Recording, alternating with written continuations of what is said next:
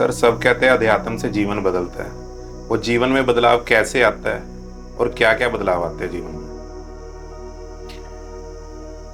देखो, पहले तो स्वयं को देखना होता है। मैं कहूँगा अध्यात्म से पहले आ जाओ। ठीक है, तो आप देखो आप किस तरह के इंसान हो, आपको क्या चीजें तंग करती हैं, किन किन बातों से आप कुढ़ते हो, किन से आप बेचैन होते हो, किन से व्याकुलता आती है।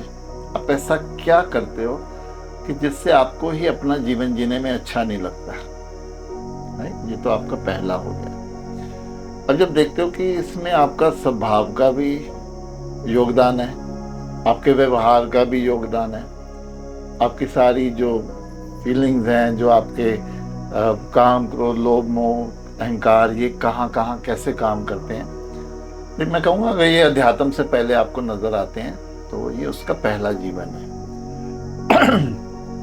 सॉरी। फिर आप देखते हो कि मुझे इनसे बाहर आना है, क्योंकि मैं खुशी नहीं महसूस करता हूँ पूरे दिन। मैं शांत नहीं रहता हूँ, मैं खिजा खिजा रहता हूँ। राइट, तो मुझे अपने आप को ठीक करना है, क्योंकि ये ऐसी जिंदगी मैं नहीं चाहता। तो फिर आप, मैं अगर कहूँगा कि ध्यान में आते हो या ईश्वर के संपर्क में आते हो, कि आप प्रार्थना निकलती है आपके दिल से कि ईश्वर मुझे ये जीवन नहीं चाहिए, मुझे बढ़िया जीवन चाहिए जिसमें मैं अपने आप को अच्छा महसूस कर सकूं, लोग मुझे अच्छा महसूस कर सकें, मेरे से दूर ना भागे, मुझे अवॉइड ना करें। तो उसके लिए जब आप सरेंडर करते हो, अपना चिंतन मनन करते हो अपने भीतर कि नहीं, ये गलतियां मुझसे हुई हैं, अब मुझे नहीं आगे ये दोहरानी नहीं है, ये मेरी बुरी आदतें हैं, इससे मुझे भी तकलीफ होती है और मेरे आसपास मेरे परिवार को भी तकलीफ होती है, तो मुझे इनसे भी बाहर आना है। मुझे थोड़ी शुद्धता, पवित्रता लानी है, अपना खान पान सही करना है, अपना रहन सहन सही करना है, मुझे अकेले थोड़ा रहना है, थोड़े शांत भी रहना है। तो फिर मैं उस जिंदगी को चूज करती है, तो फिर ध्यान उसमें आपकी मदद करता है। तो ये तो हो गया कैसे। अब क्या क्या बदलाव आते हैं, तो एक समय तो जरूर आता है आगे चल के, अब पहले जैसे नहीं रहते। आपको जो बातें लोगों की पहले तंग करती थी अब नहीं करती। अब जो लोगों के एक्शन, कोई गलत कर दे, कोई कुछ है, अब आपको पहले की तरह डिस्टर्ब नहीं करते। तो दिस इज अ जर्नी।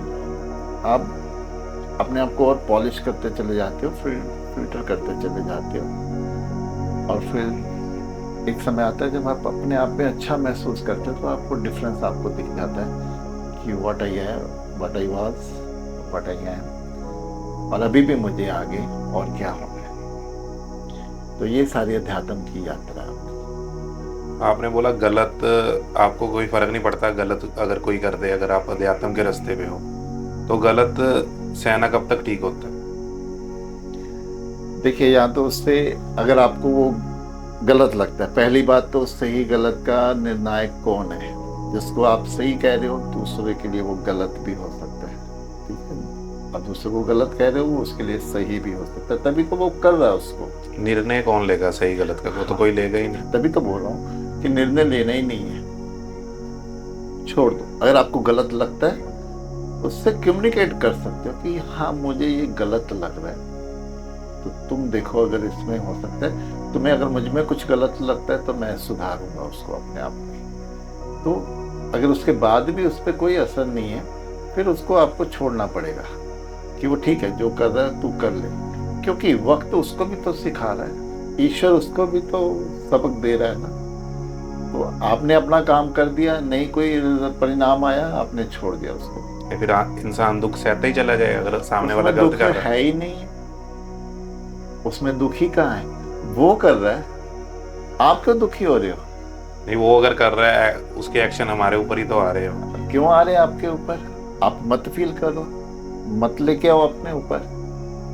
अगर आपको कुछ भी, आप पीछे हट जाओ, उससे दूर हट जाओ, इन्वॉल्व मत हो उसके एक्शन में, आप तो छोड़ दो। अब ये आपका अहंकार है कि आप उसमें फंस जाते हो। ये मेरे साथ ऐसा कैसे कर सकता है, ये मेरी बात को कैसे काट सकता है। मत आओ, शांत बैठे रहो साइड पे। अध्यात्म तो देखिए वो है कि आप जमीन पे बैठे हो, फिर उससे नीचे जाने का कोई वो नहीं है, रास्ता नहीं है, कोई उपाय नहीं है। आप सबसे पीछे बैठे हो ताकि कोई आपको और उससे पीछे कर ही नहीं सकता, कुछ है ही नहीं। तो ये अध्यात्म है कि जहाँ आप उस स्थिति में ले आते हैं अपने आप को, जहाँ आपको कोई कुछ करना भी चाहे तो कर नहीं पाता है। वो आपका अध्यात्म है, वो आपकी सक्सेस है, वही आपका रास्ता, वही आपकी जिंदगी है, वही आपकी मुक्ति है, वही आपका मोक्ष है।